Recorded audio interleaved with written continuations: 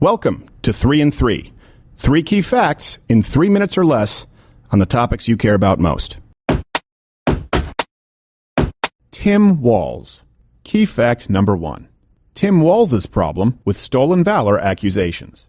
Firstly, Tim Walz served in the U.S. National Guard for 24 years. This fact is not in dispute. The controversy following his service, however, stems from his claims regarding combat experience as well as his rank. In 2018, for example, Walz stated, "We can make sure that those weapons of war that I carried in war is the only place where those weapons are at." This was notable because the fact that Tim Walz has never served in combat is not in dispute. Walz has also faced controversy for repeatedly referring to himself as a retired command sergeant major.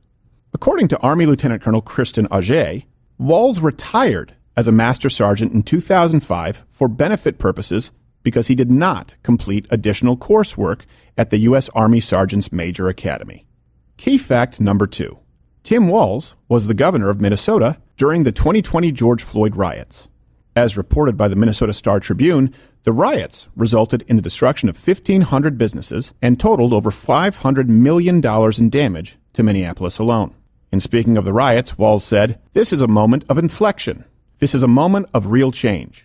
It's a moment that those folks who are out there demanding this are not going to take a commission or a report. They're going to want fundamental change. And that is what I think. That is one of the exciting things of all this." Key fact number 3. Tim Walz and his actual policies. As governor of Minnesota, Walz instituted a number of policies, including making Minnesota a transgender sanctuary state for both adults and children, signing a law that ensures the right to abortion up to and including birth, forcing more than 10,000 businesses to close during COVID, and instituted draconian COVID regulations, even going so far as to create a hotline for people to report on their neighbors violating guidelines, allowing 80,000 illegal aliens to obtain driver's licenses and subsequently registering them to vote through an automatic driver's license voter registration process, and according to votesmart.org, Tim Walz received high marks during his time as a congressman from leftist organizations like Planned Parenthood, the American Civil Liberties Union, the Teachers Union, and the Council on American Islamic Relations.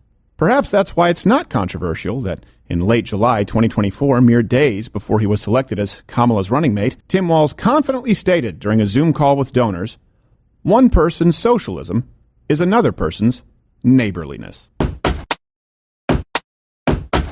This has been 3 and 3. I'm Stephen Crowder. If you want to learn more, you can peruse the references for this specific show at 3keyfacts.com or tune in to the hour-long daily show Louder with Crowder weekdays at 10 a.m. Eastern on Rumble, YouTube, or right here anywhere you get your podcasts.